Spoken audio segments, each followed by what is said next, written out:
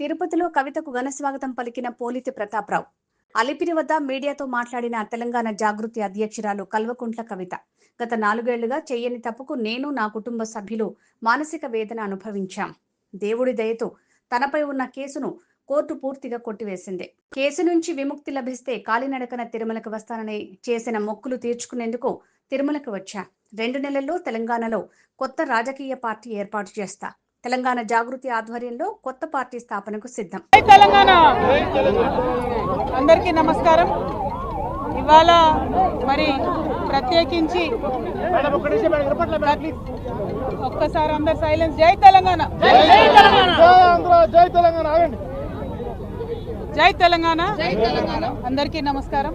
ఇవాళ తిరుమలలో స్వామివారి దర్శనం చేసుకోవడానికి నేను, నాతో పాటు మా కుటుంబ సభ్యులు, మా జాగృతి కుటుంబ సభ్యులు, అనేక మంది తెలంగాణ వాదులు, ఆంధ్ర ప్రాంతంలో మమ్మల్ని అభిమానించేటటువంటి నాయకులు అందరూ కూడా రావడం చాలా సంతోషం.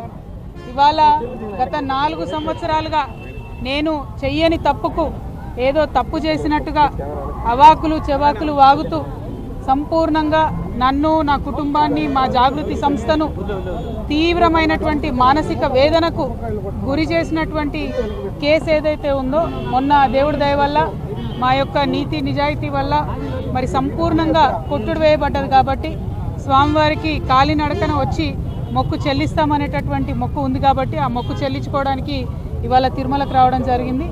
చాలా సంతోషం. ఎప్పుడు తిరుమలకు వచ్చినా మంచి జరుగుతుంది. మొన్న కూడా నేను జైలు నుండి విడుదలయ్యాక 3 నెలల కింద వచ్చి వెళ్ళాను. స్వామివారి దర్శన భాగ్యంతో సంపూర్ణంగా కేసే పోయింది.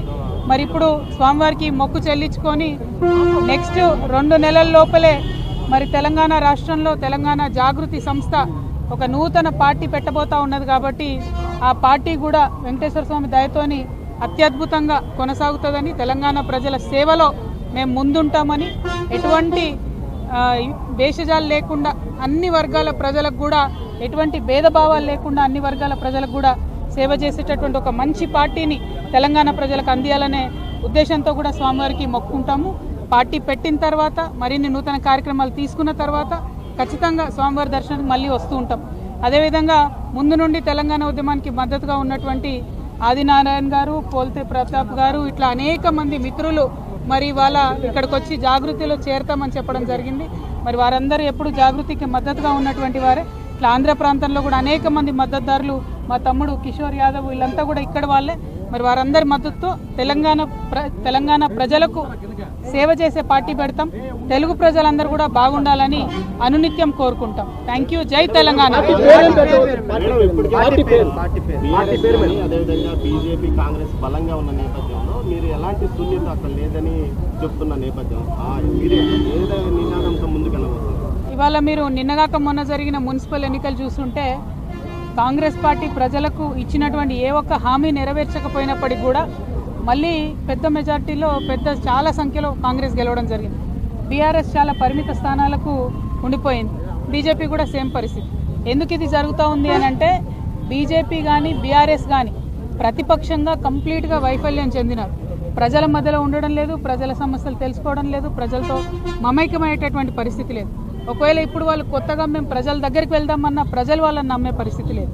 ఎందుకంటే మాటికొక స్టాండు, పూటకొక స్టాండు మార్చుకుంటూ మరి ప్రజల్ని ఇబ్బంది పెడుతున్నటువంటి ప్రతిపక్షాలు, ప్రభుత్వం అయితే ఇచ్చిన ఏ ఒక్క మాట కూడా కనీసం చేయడం లేదు. అటువంటి సందర్భంలో తెలంగాణలో ప్రజలు ఆల్టర్నేట్ కోసం చూస్తున్నారని మాకు బలంగా అనిపిస్తున్నది.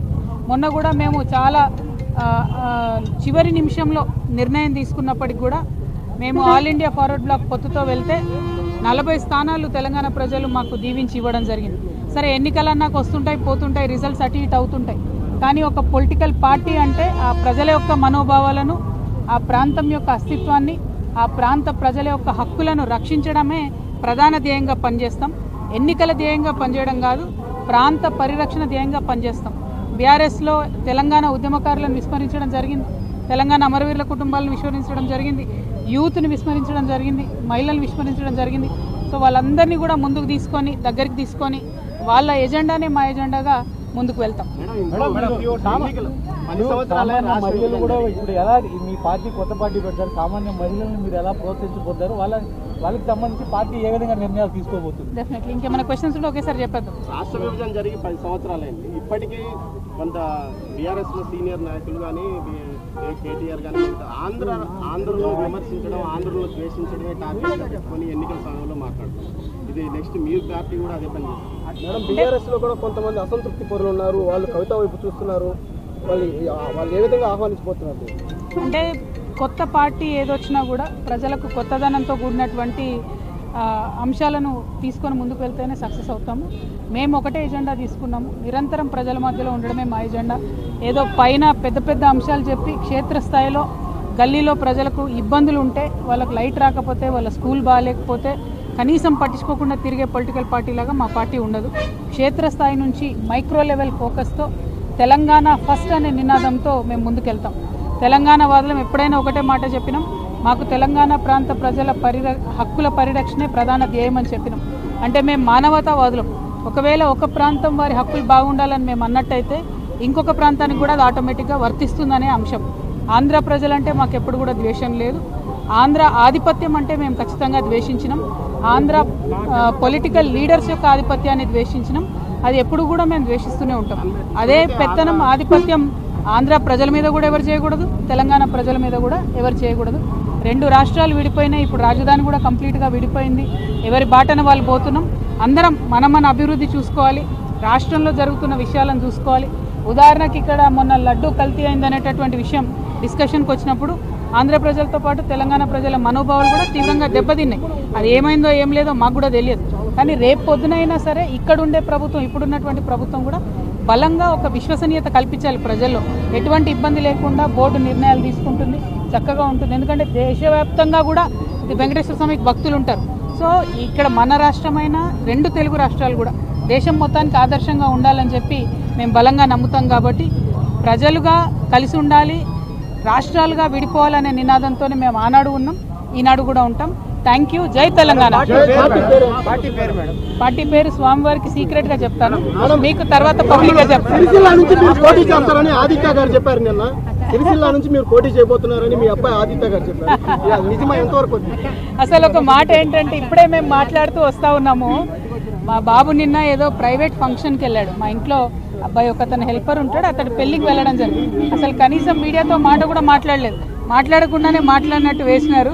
సో మీడియా మిత్రులు కూడా మరీ ఇట్లా మమ్మల్ని మాట్లాడినట్టు చెప్పొద్దని చెప్పి రిక్వెస్ట్ చేస్తూ మీ అందరి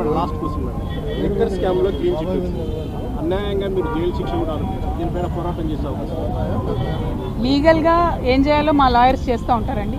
నైతికంగా నేను ప్రజల మద్దతు ఆనాడు కోరాను, ఇవాళ కూడా కోరుతున్నాను. ఆనాడు కూడా ఒకటే మాట చెప్పాను, నేను కడిగిన ముత్యంలాగా బయటకు వస్తానని. ఇవాళ కూడా అదే చెప్తున్నాను, నేను నీతి పక్షాన ఉన్నాను, న్యాయం పక్షాన ఉన్నాను. ఖచ్చితంగా ఇట్లా ఉండే వాళ్లకు మంచి జరుగుతుంది, ప్రజల మద్దతు లభిస్తుందని నేను బలంగా నమ్ముతున్నా. అన్నిటికన్నా ముఖ్యంగా స్వామివారి దయ ఉంటుందని ఉండాలని కోరుకుంటున్నాను.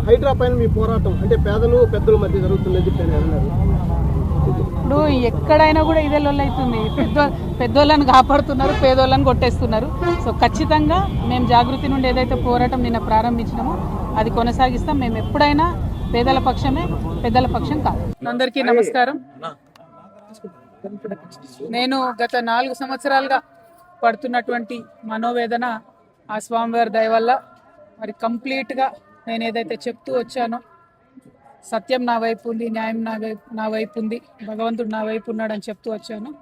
అదే నిజమని రుజువు చేస్తూ కంప్లీట్గా కోర్టులో మరి క్లీన్ చీట్ రావడంతో స్వామివారికి కాలినడకన వచ్చి మొక్కు చెల్లించుకుంటానని అనుకున్నాను. దానికోసం ఇవాళ ఇక్కడికి రావడం జరిగింది. నిన్న కాలినడకన కొండకెక్కి ఈరోజు పొద్దున్నే స్వామివారి దర్శనం చేసుకోవడం జరిగింది. మరి అదేవిధంగా రాబోయే రోజులలో తెలంగాణ రాష్ట్రంలో తెలంగాణ ప్రజల పక్షాన తెలంగాణ ఇంటి పార్టీగా పనిచేయడానికి ఫ్యూచర్లో పొలిటికల్ పార్టీని కూడా పెట్టబోతా ఉన్నాను. కాబట్టి దానికి కూడా ఖచ్చితంగా స్వామివారి ఆశీస్సులు ఉంటాయి, దయ ఉండాలని చెప్పి కోరుకొని మరి వాళ్ళు దర్శనం చేసుకోవడం జరిగింది. నేను ఎప్పుడు తిరుమలకు వచ్చినా ఒకటే కోరుకుంటాను, తెలంగాణ రాష్ట్రం బాగుండాలి, తెలంగాణ ప్రజలు బాగుండాలి, ఆంధ్ర రాష్ట్రం బాగుండాలి, ఆంధ్ర ప్రజలు బాగుండాలి. రాష్ట్రాలుగా మనం విడిపోయినా కూడా ప్రజలుగా కలిసి ఉండాలి, ప్రజలందరూ బాగుండాలని మనస్ఫూర్తిగా కోరుకుంటాను. అదే జరగాలని చెప్పి మళ్ళీ ఒకసారి ఆ భగవంతుని కోరుకుంటూ థ్యాంక్ యూ. జై తెలంగాణ, జై Andhra.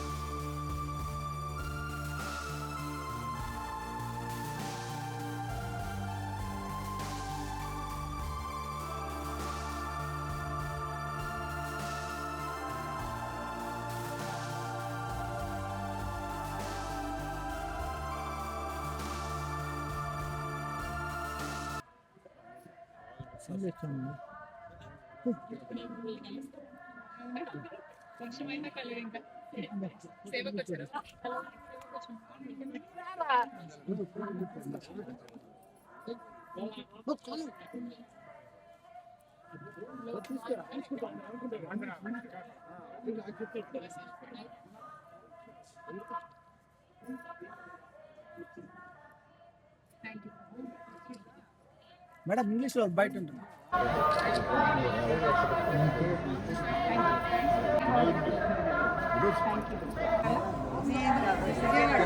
Vijayawada thank you ma'am bye thank you sir thank you